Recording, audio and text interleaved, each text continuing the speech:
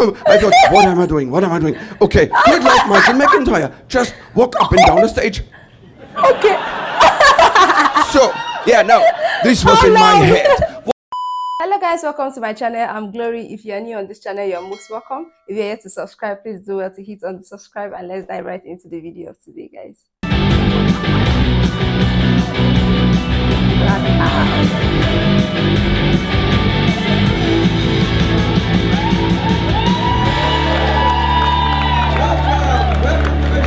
Blackout. Hello, lovely being here with you lovely people. Do you have fun at the Fringe? Yeah, I also have fun. It wasn't always like that in the UK for me as a German comedian. 3 years ago it was quite different. I did my first ever gig in the UK in London in the Comedy Cafe in Shoreditch. I was booked into a mixed show, and the host, he got my name on a piece of paper on stage, and he read it aloud and was like, ladies and gentlemen, next performer, very, very special guest. Please welcome on stage, Michael McIntyre. Yeah, it was like that. The crowd went mental. That was a setup. I knew Michael McIntyre as one of the most successful comedy stars in the UK. I was standing behind the curtain. Oh my God, McIntyre, German angst. Ever heard about it? I thought, what am I doing? What am I doing? Okay, do it like Michael McIntyre. Just walk up and down the stage. Okay. So, yeah, no, this was in my head. What was really happening was, you know, when we Germans, when we are scared, Who is this guy? He just came in and changed everything. Like, oh my God, this guy is joking himself. Wow. tend to walk like that. It's not marching. It's stiff upper leg. It's British have stiff upper lip. We have stiff upper leg. So, okay, imagine the situation. I was standing behind the curtain, the crowd, McIntyre. I walked on stage. Then I had the biggest blackout I ever had. I started my routine in German. Hallo, ich bin ein Comedian from Deutschland. The first I heard was, go home, Fritz. I felt so offended, personally, by being called Fritz. Not? Because my middle name really is Fritz. And Michael Fritz Mittermeier, that's my full name. I never write it on posters outside of Germany. Yeah, because Fritz, it's the most fucked up German name you can have. Huh? Why Thank you, did you Father. have it? Named after every dumb Nazi bad guy in those World War II action movies. There's always a Fritz. Fritz is the Nazi. The Nazi is always the Fritz. Fritzy is the Nazi. Always like that. And he's never smart, handsome, intelligent killer machine. No. It's always moron Fritz, a human blackout, the bratwurst on legs. How many minutes? Jesus, this guy is going to kill me here. We are barely 3 minutes into this thing, and my muscles are stretched out with laughter already. Like, really? Oh my God. And he is always guarding the Nazi fortress or the Nazi bunker. Why? He sees nothing. He hears nothing, like Andrea Bocelli in SS. So, and I love those movies. Where Eagles Dare, for example. They always show them on Christmas. Where Eagles Dare, you remember? The plot. Richard Burton and Clint Eastwood and some cool allies, they want to break into a Nazi fortress in the Bavarian Alps and to rescue an American general. And guess who is standing guard? Yes, me. So, Fritz is here, and just round the corner, Richard Burton and Clint Eastwood, they talk loudly. Hey, Clint! We're gonna rescue the general! They don't even try to whisper. Oh, Richard, we should be more quiet. There is a guard standing. This one has a handicap. Huh? He is a Fritz. And then they kill me every Christmas. Do they know it? You know, when I was a small boy, I remember I once asked my mother, Mutter, why do we Germans never win in those movies? Ask your grandpa, he lost the war. All these cliches, the Fritz cliche. Many British people here tonight here? Scots, British, English, yay! Why are you here? Didn't you learn at school Germans have no sense of humor? Huh? You learned this in school? Write it on the blackboard. Germans have no sense of humor. At all? How did he do Yes, that? at all. At all. Here in the UK, German comedian, I'm an oxymoron. Huh? A funny German comedian would be like a Russian human rights commission. Americans here tonight? It's nice. They point to some guy here. He's American. Thank you, Judas. You know what? I like Americans. But I tell you a story, a true story from 2003 when I was in New York. And I tell this story since 2003 in every live show I do because it explains so much about America. So I was in a New York bar and an American girl, she walked up to me and she asked me the following question. Hey, you German guy. Why are there so many different languages in Europe?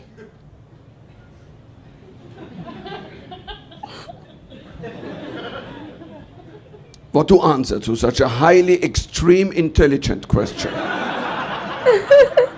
And I said, look, Tiffany.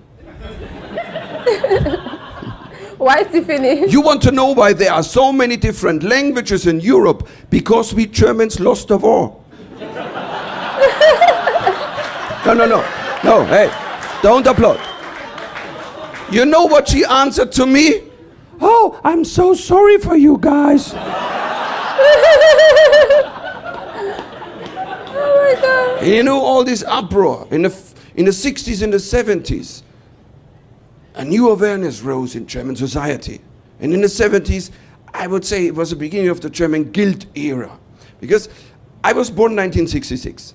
I'm part of the first post-war generation. When I came to school in 1972, they really overcompensated it by telling us everything about the Nazi history they never taught in the 50s, in the 60s. Every day we had, you guilty, you're guilty, you're guilty, you're guilty. I had a school subject called guilt. 3 times a week we had guilt. On Fridays we had shame. By the time I was 14, I thought I invaded Poland. I was...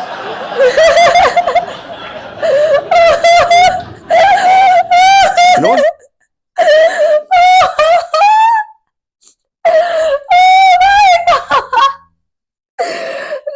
guy is crazy, guys. Oh my God. Oh my God. Such humor. What? True story. In schools and university later on in the my 80s, God. they always told us, as a German, keep low profile when you go outside of Germany because, why? Yeah, because, guilt.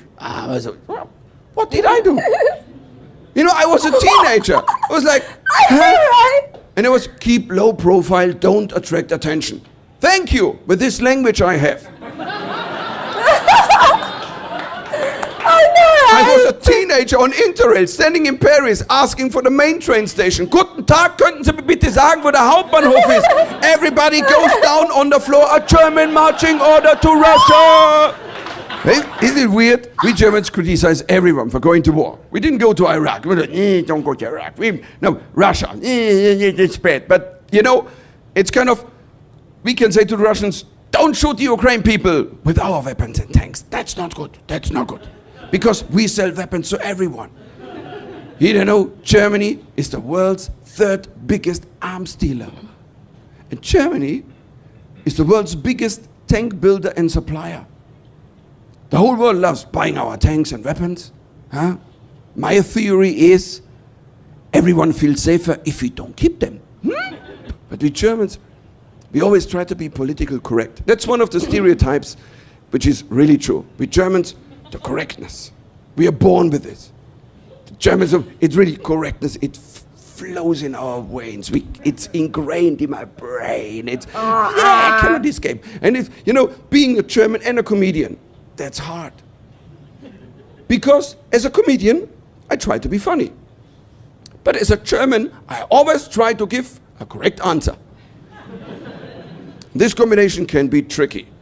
2003, when I landed in New York, JFK Airport, I was standing at US Immigration. By the way, never try to be funny at US Immigration.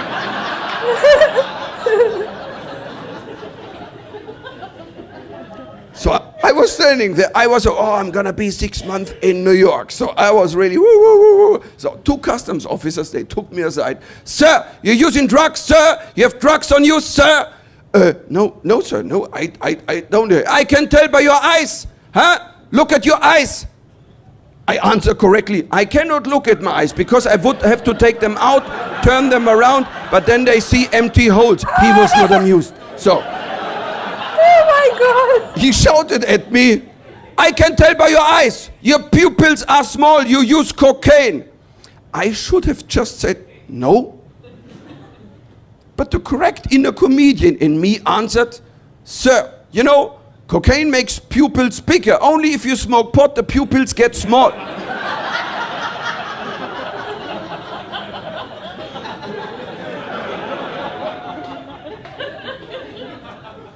You remember when a teacher wasn't even shouting anymore? Just looking at you very, very seriously? Who do you think you are? I know, right? Correctly, I said, I'm a comedian. Then why am I not laughing? I'm a German comedian. That was a good one. And you know, the correct German in me is always fighting with the Bavarian in me. Because I'm Bavarian, southern part of Germany. We Bavarians, we're very rural people, very Catholic, fundamentalistic people. For us, Texas is a gay country. British people are impressed, really. You know, and we Bavarians, we are the guys with the lederhosen. It's not the Germans. In Bavaria, lederhosen would be like the kilt in Scotland, Scottish people, because if you look at the kilt here in Scotland, all they have different patterns, the tartan patterns, and it's the same with our lederhosen. Every lederhosen has a different stitching. So I look at the lederhosen, I know this guy's from this village, from this area. So it's kind of a lederhosen in Bavaria, that's tradition. And I got my lederhosen from my grandfather, because you cannot destroy lederhosen. It's kind of, it's like a garment tank. You cannot destroy a lederhosen. So, and you know, lederhosen, he got this lederhosen from his grandfather. So lederhosen in Bavaria, they are passed on through generations. The DNA of generations is in those lederhosen. Imagine CSI Munich. They found a dead Bavarian body in lederhosen. Any idea who did it? Phew. We've run DNA on the victim's lederhosen. Results. He was killed at least by 16 different people, most of them related, and they all pissed on him. Wow.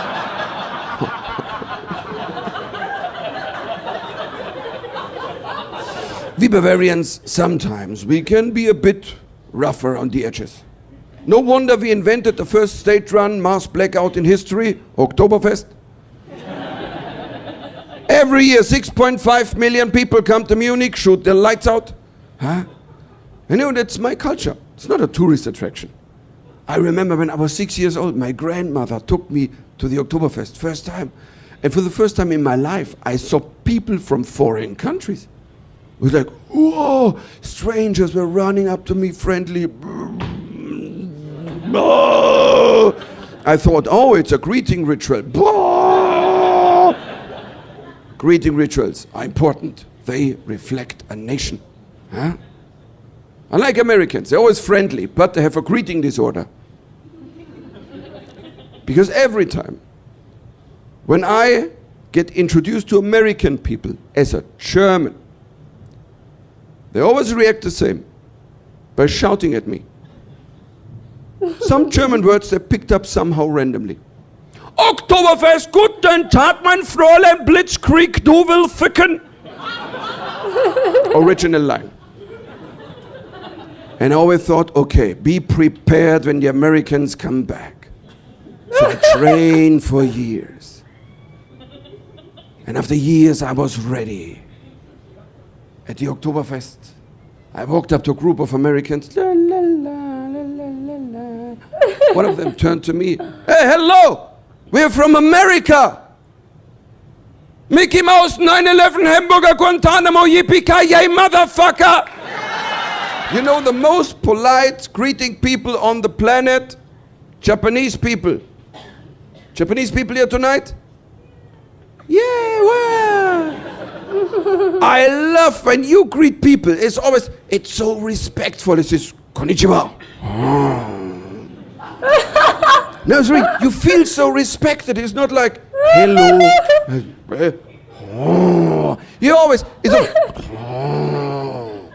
It's like you're so interested in everything. But you can say what you want. I'm from Germany. I have sex with dogs. Same reaction. Are you alone here? Oh, she's so alone, yes. No. No! Oh my God! She's alone with Scottish friends, I would say. Because normally Japanese people never walk alone. Did you ever see a Japanese tourist running around alone? Never, never. They always come in groups, and even the groups come in groups. And you know, and the big group is not coming alone. In front of the big group, there is always a guide with a flag, and they all look flag, follow.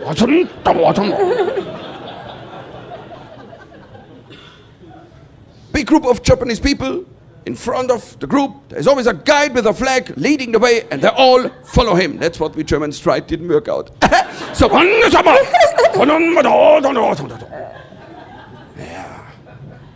So also, Japanese people like Germans, is like hive mentality. But the Japanese, they are the polite Borg. They don't assimilate. They just take pictures and then they leave the planet.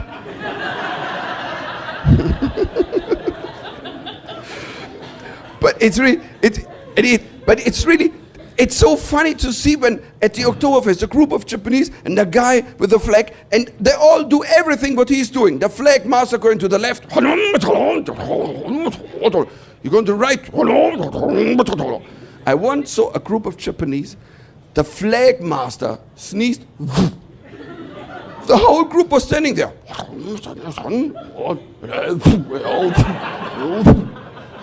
A few years ago, my wife and I, we were at the Ayers Rock in Australia.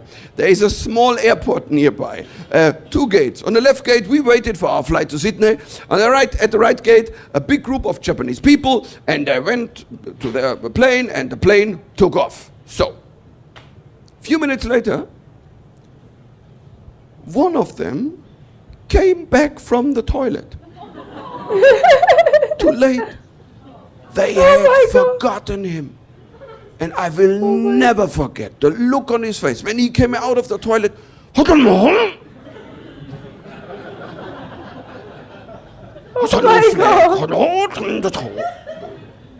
You know, we Germans, when we're scared, we tend to walk like that. Japanese people, when they're scared, they're more like,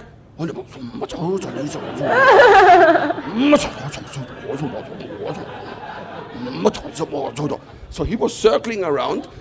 Then our flight was announced. We were boarding, and he was following me. Okay, might have been because from a handkerchief I've made a little flag.